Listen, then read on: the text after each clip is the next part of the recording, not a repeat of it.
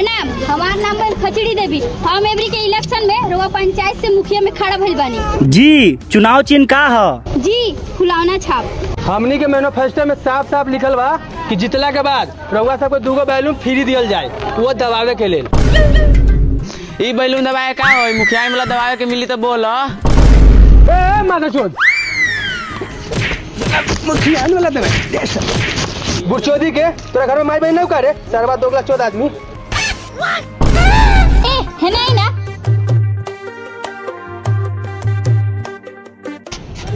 ए कथी जवन चला रहे हैं कोच कोच? मार देंगे गुथा से तो हक दीजिएगा पच पच।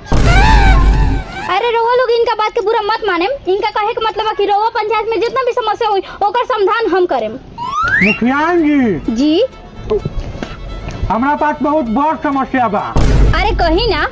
बिंदास कही मुखिया जी कहला खरा बारी। ए बबू ए तनका हटता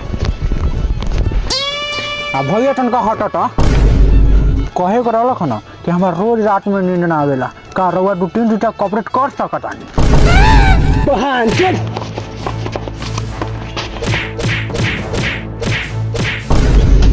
साले अही में निउरा के कुढ़ा देम। बाहर जो तोरा समस्या ना तोरा गुप्त रोग के समस्या दैले बाजो डॉक्टर से इलाज करो।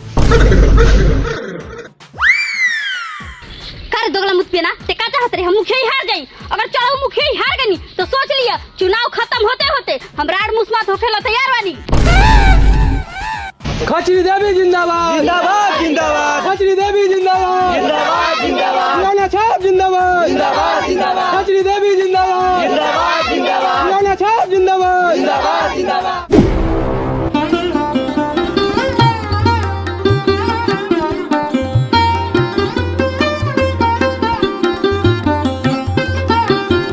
जुग जुग जी हमर लाल जल्दी से जीतो से टाटी मरोई से 2 तला पिटाओ। हाँ ई बात साला बुढ़ा झुरात आदमी समझे तब नु।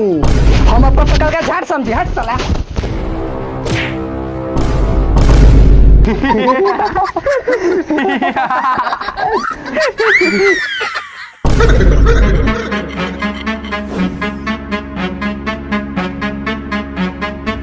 चुप रहा बहन चोदे ना तो खरे जूजी मुंह में पेल दे। का पापा ऑयला हुमच के ऐसा लात मारला मुंह पर कि कच दिन गिर गेनी गुह पर।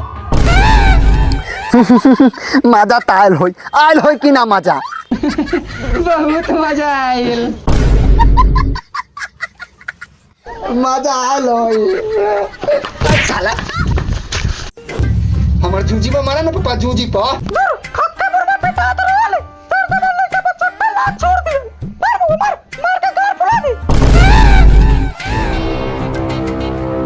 हो चाचा हो कथी जोर जमा लइका पर लात छोड़ देबेला? मुखिया में ना लड़त हवा जी जेतो तो तोरे ना गांव समाज में नाम बढ़त। समझाओ साला के समझाओ। साला सब दिन रोटी भुजिया खावल आदमी के साला पनीर खा के मिली तो खराब लागता। साला बुढ़ा झुरात साले चुपचाप खड़ा रहा तो बुढ़ाई जुजी मुंह में घुसा देम। ई साला दोगला लेका पूरा जमीन बेच के मुखिया लड़ा था, कहीं हार गइल तो हमार चाट के उजड़ जाए। रे ई बात तोरा बेटवा के समझ में अतु तब नु। हो चाचा काथी लब लब कैले हत आराम से चुपचाप खड़ा रह ना तो हई तार मोच उखाड़ के अपन झाटवा सारते। हारे तब नु अगर हार गनी ना तो अपन दुनू आर काट के तोरा हाथ में दे देम। हमर दुनू आर लेके गोटी खेलिया गोटी। हाइट इनु फेर मर्द वाला बात चाचा अब ते इतना कह देलक कथी सोचता रह जा दो चुनाव के करे के बाद तैयारी तब ना विरोधी के वोटे मारी। ठीक बा जो लेकिन साले हारला तार कटावे वाला तैयारी रहिया। अरे एकदम बाबूजी तैयार रहे। खाली रहुआ आशीर्वाद दी। आशीर्वाद दे माई। गरासी छाप जिंदाबाद जिंदाबाद जिंदाबाद। ललन महतो जिंदाबाद जिंदाबाद जिंदाबाद। गरासी अठी छाप जिंदाबाद जिंदाबाद जिंदाबाद जिंदाबाद जिंदाबाद जिंदाबाद अठी छाप जिंदाबाद जिंदाबाद जिंदाबाद जिंदाबाद। राम राम सत्य है। ए रोक दे बुरजोदी के।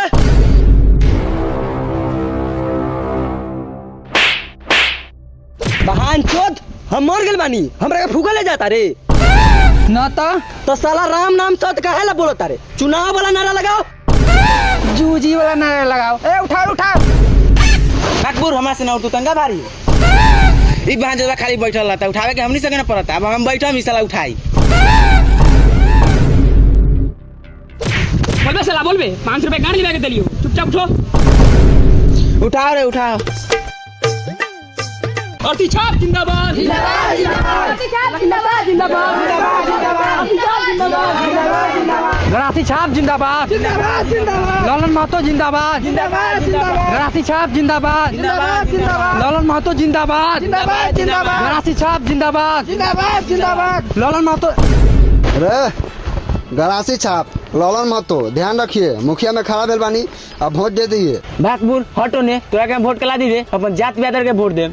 ए तो नहीं देगा वोट, हमको मालूम था बहन तुम लोग वोट नहीं देने वाला है। उसे तोरा कहे उनके लेकर वोट दे वाला रे बहन बा। हम तो चाचा के जे खोई नहीं बना होता ना उनके लेकर कहेगा नहीं। हमरा भी एबो ना करियो सर ना तो वोट के नाम पर अपन 1.5 किलो के आंट धरा देम। चला वोट मांगे आवे लो, ऐसे वोट मांगे में गड़ जाके तो जनता से गांव में मार दो सरिया के। ए तो हमको नहीं आता है कोनो सालवा के गोड़ पर गिर के वोट मांगने। पूछो सालवा से देना होगा तो देगा, नहीं तो गाड़ लिवाएगा। ये तो हमर लड़वा ना जीत के बिल्डिंग पीट ले बा। हम यही से सरवा कहले बीच में ना बोलेला। साले हर निष्ठा तावे में बतिए हम। अरे भैया उनका के छोड़ा ना, पहले बात सुना। अगर उनका के वोट दे के मुखिया बनाइबा, अगर तारा घर में कोई भी समस्या होई तो उनकर समाधान कौन करी? मुखिया जी हो तुरंत। बाकबूर हटो ने लार पुसला होता रे उ जमाना गेलई, सीधा नोट दे आ वोट ले।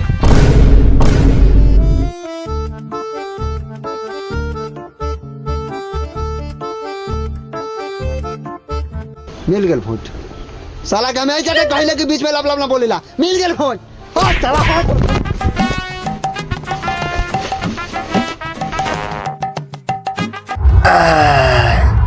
कएगो वोट हो? 7 गो। 7 गो।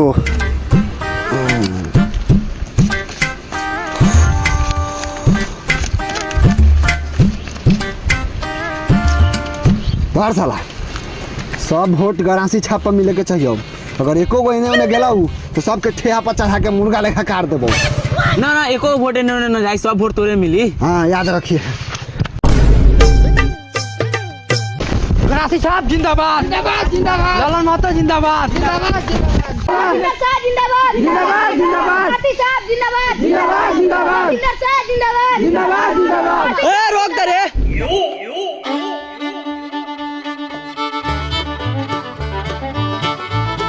प्रणाम चाचा, एमनी के मुखिया में हमरे के वोट दिया लखिंदर शाह और तीछाप। बागबूर तोरा के वोट देवे तो हमरा काटी के फायदा हो रे बुइटोडी के। अरे चाचा हमरा के जितला बात रउआ के फायदे बा। मान ली रउआ रोड पर चलत तानी और कोई बहन चोदवा ठोक के चल जाए तो रउआ त गाड़ चियार के मर जाए और ओकरा बाद रउआ के फूके के खातिर अर्थी के इंतजाम करे के पड़ी तो उ कौन करी? मुखिया जी करियन। हाँ ओहो फ्री में। आ फल फूल कफन आ लौड़ा लहसुन के इंतजाम कौन करी? मुखिया जी करियन। ओहो फ्री में। आ मान ली जात बेदर के नाते राउर इंदिरा आवास टेल टाल के पास कराइए देम। आ मान ली कोनो बहन चोदवा 200 जात वाला कुछ बोली तो पावर रही तो सीधा गान में बांस पे लिए देम।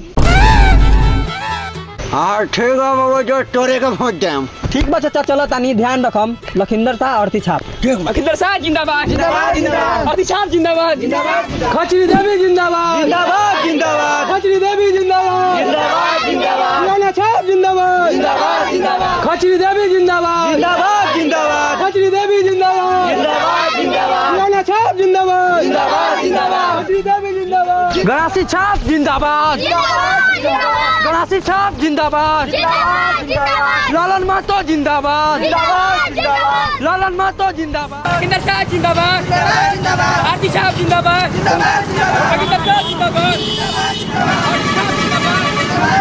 लखिंदर शाह जिंदाबाद जिंदाबाद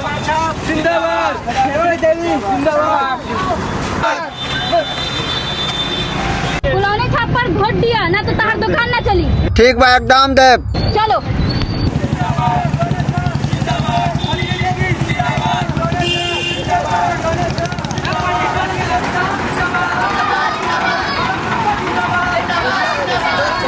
ललन महतो जिंदाबाद जिंदाबाद गरासी छाप ललन महतो याद रखिए। ना तो यही गरासी से मुर्गा ले खड़े तो दबू रहे। ठीक है भैया याद रखेम कहवा तो गानो दे दे। सुन ओकर कोनो जरूरत नहीं है, बस खाली तू ध्यान रखिए, नहीं तो है ये मोबाइल का दुकान लगे हो ना दिन दहाड़े लुटा जातो। ठीक चले सर। गणासी छाप जिंदाबाद।